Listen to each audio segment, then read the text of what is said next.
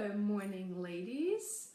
Based on yesterday's post about the priorities, I got some questions and some messages yesterday from some people regarding time management and stress management and what's the difference versus how do they kind of connect with each other. So I wanted to jump on that today and really give you the scoop on the big picture of the whole stress management issue in general.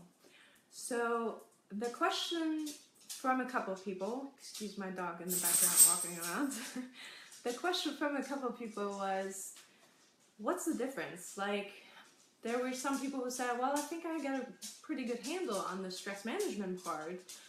Over the years, I figured out some things of managing my stress that helped me calm down and that helped me kind of refocus and shift things around. But I really need help with the time management aspect. Can you help me with that aspect? And I'm here to call you out on this because, in my opinion, that's BS. If you really got a good handle on stress management, then time management should not be an issue, and vice versa. And here's why.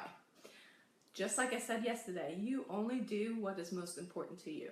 That's human nature. We all do it. I do it, right? So when something is really urgently important to get done right now, we get right to it and we hustle and we get this thing knocked out. However, if it's a little bit low on our priority list, it's because it's not important. So we let it drop off, we procrastinate on it, we kind of push it off, right? So this is where the time management aspect comes in. Because if you think like you're struggling with time management, it's because you always only do the things that are on the top of your priority list. And you let the rest slack off. And then you get overwhelmed because that bottom list of what is not so important at the moment keeps getting longer and longer and longer. So eventually you get overwhelmed by all the things that are on there, all the things that you suddenly need to take care of. So stress management and time management, in my opinion, are one and the same. And it goes right along with self-care. It goes right along with the health and fitness aspect that I'm discussing in my group right now. It goes right along with anything really that you feel overwhelmed with. Now, I personally used to be a huge planner, right? That was my life. Before I was born, before I became a special needs parent, planning was my deal. Everything was scheduled. I mean, my husband will tell you, we even planned out when our kids are going to be born. So I had it down to the T. I knew exactly how my day was going to go and what hour was filled with what and when I was going to eat and when I was going to work out and when I was going to sleep and the whole 9 yards. And it was all just in an effort to really just control my life, to feel in control of my life. And then boom, there's Wyatt. So you have a kid on the vent who likes to pass out on you, who you have to resuscitate, who has a slew of specialists he has to see, and on top of that, he's autistic, so really at any given day, you don't know what's going to happen. He might have a good day, he might have a bad day, something might set him off, and then the next minute he's happy. Sometimes I call him bipolar, because that's what it seems like, and planning kind of went out the window. I mean, I tried. I gave it a good hard effort of the first 3 years of planning everything out. I really tried. And there are certain things you have to be proactive about. You have to schedule certain specialists way in advance because that's the only way you can get an appointment, right? So I do that. I have 2 times a year where he sees all the specialists and I like to bundle them up. Some people like to spread it out over the years so it seems a little less overwhelming. I like to do it within a matter of 1 or 2 weeks. Just get them all in, boom, boom, boom, get them done. And I go into it knowing that those days are just going to suck, right? He's going to 2-3 appointments in a day. He's going to be done. I'm going to be done. And I just go into it knowing those days are going to be long. So I prep a little bit more for those days. So I'll bring snacks along. I would bring drinks along. I make sure there's a good enough break in between the appointments that we can really just hang out and play and let off some steam for both of us. Not just for him, also for me. So those things I still plan out. However, I have over the last few years, let go of a lot of the planning ahead on everything else in my life. And the reason why I did that was because it ultimately lowered my stress levels so much. I used to think Having everything planned out is what gets you through life. It gets you less stressed, essentially, is what I used to think. And now it's like I'm actually really liking the spontaneous and going with the flow. Even the videos that I'm doing right here, I don't ever have a really plan. I go off what discussions were held yesterday and I base my topics off of that. I don't have any notes. I just jump on and talk. That's how I do things. That's how I like to do things now. But in regards to the stress management and time management, really it is one and the same, because you have to figure out what works for you. Some people like to plan everything out. Some people like to go with the flow. I'm kind of sort of in between when it comes to Wyatt. A lot of things I have to plan out. Everything else, I just kind of go with it. Like last night, I was supposed to drop my other son off for his golf match, and Wyatt was in tow. He was in the car.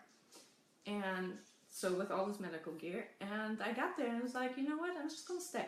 I'm just going to stay and watch him this time because I never had a chance to. Wyatt usually is cranky in the afternoon, he's a little worn out, so this time he was in a good mood. And I went along with Wyatt. For the first time ever, I left his entire medical gear in the car, got on the golf cart, and followed my son along as he was doing his match. And Wyatt was excited, he was watching it. So there's a lot of pros and cons to planning certain things, but then also being spontaneous in the moment, right? But when I have clients come up to me and say, I don't need help with stress management, I just need help with time management, I'm going to call them out on it because it's just an excuse. Just like I talked about yesterday, if you're saying you don't have time, that's not the real reason.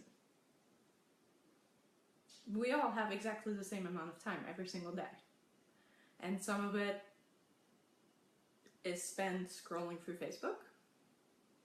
Some of it is spent on Snapchat. Some of it is spent in front of the TV. Some of it is spent doing absolutely nothing. And that's okay. If that's what you enjoy, there is nothing wrong with it. But don't tell me you don't have time to do all these other things that you want to do.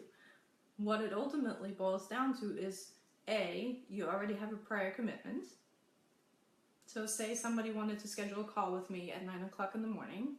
My answer is not that I don't have time. My answer is I don't have a prior commitment.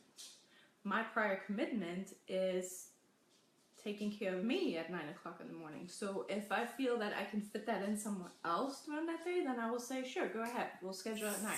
If I feel that day is already packed with other stuff I need to do, then 9 o'clock is off limits. And I'm sorry, you're going to have to find a different day to schedule with me. And I do the same thing with the doctors for Wyatt, and I didn't used to do that. And that was the biggest thing that stressed me out. And it's a time management and stress management issue at the same time. I used to live my life around Wyatt's needs, around his appointment needs. So whatever appointment became available at his specialist, that's what I took. And I rearranged everything else around it. Totally screwed me up. Made me so stressed out. I hated appointments. I was dreading them. I was a mess at least a week before the appointment, just in anticipation of it and everything that's going to go down and how it's messing up my day. Now I do it the other way around. It's like, okay, 9 to 10, that's my time every day. Nothing is getting scheduled in that time frame. No doctor's appointments, no client calls, nothing. 9 to 10 every day is my... Sorry, lost connection for a second. I don't have that time frame from 9 to 10 scheduled down exactly to the minute of what I'm going to do that day, like my workouts in the morning. This morning, if you saw my post earlier, was completely spontaneous. Usually I go for a run at the local park and then I go home and do my workout. Today I felt like, you know what, it's a beautiful day out. It's not as humid as it normally is in Florida. I'm just going to stay at the park and do my workout. So the time frame is set. 9 to 10 is my time. But I don't necessarily have it planned out what I do in that time frame. That depends on how I feel that day. However, there is some planning and then there's some flexibility. So all the clients that I work with, if you come out and say you don't have time, I will call you out on it because I want the real reason. It's not, we all have time if we want to, right? I mean, I have a kid on the vent and I take him with me everywhere. and he's always attached to me, but it doesn't mean I don't have time. It's what I make time to do. So I call my clients out on that. I tell them straight out, okay, give me the real reason. Because the real reason is not that you don't have time. It's that it's not important enough to you for one reason or another. So either tell me straight up, I don't feel like it. It's not on my priority list right now. Okay, tell me that. So be straight up and honest and say, I just don't feel like doing it right now. Or if you have something else going on, just say I already have a prior commitment. You don't have to tell me what it is. That prior commitment can be, that is my me time. But don't give me the excuse of I don't have time or I need time management skills. You have them when you need them. Put a deadline on something and you get it done.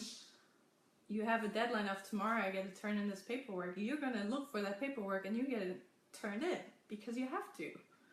So the illusion of time is something that gets called out on with my clients all the time, because when you want something done, you get it done. So it's a matter of what is important enough for you right now and what are you pushing off, and that's perfectly normal. Everybody does it. I do it. There are things that I could get done today, but I don't feel like it. So I don't say that I don't have time. I simply say I don't feel like doing it today. It doesn't need to be done today, so you push it off, and that's what time management is, right? You prioritize what needs to get done today and what can wait. But when you're not doing that, you get stressed. So those two do go hand in hand. I don't think it's one or the other. I think both of them go together ultimately. If you don't have a good handle on what needs to get done, what can wait, what can be delegated to somebody else that doesn't really need to take your priority, what are some things that you feel you need to get done but really in the big picture don't matter at all, that's time management. But it affects your stress level. So those two do go together. So when you're on the phone with me or when you message me, please don't tell me you don't have time, because I will call you out on it. I will ask you what's the real reason. It's not that you don't have time, it's that you A, don't want to, and that's okay, or that you already have a prior commitment. That's fine. Just be honest about it, okay? So that's my stress management 101, because ultimately those two go together. Look at your schedule.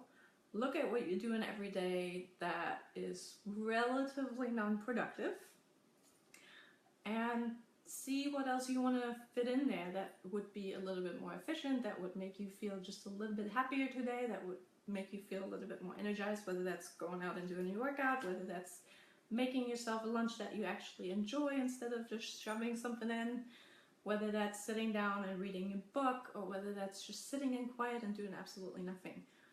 But don't tell me you don't have time, because I don't believe it. So let me know below if you agree or disagree, and we'll discuss it. I'm always up for a good discussion. And if you have any questions, comment below, comment in my group, Momentum Empowering Special Needs Moms, or find me on my website or YouTube channel. Talk to you soon.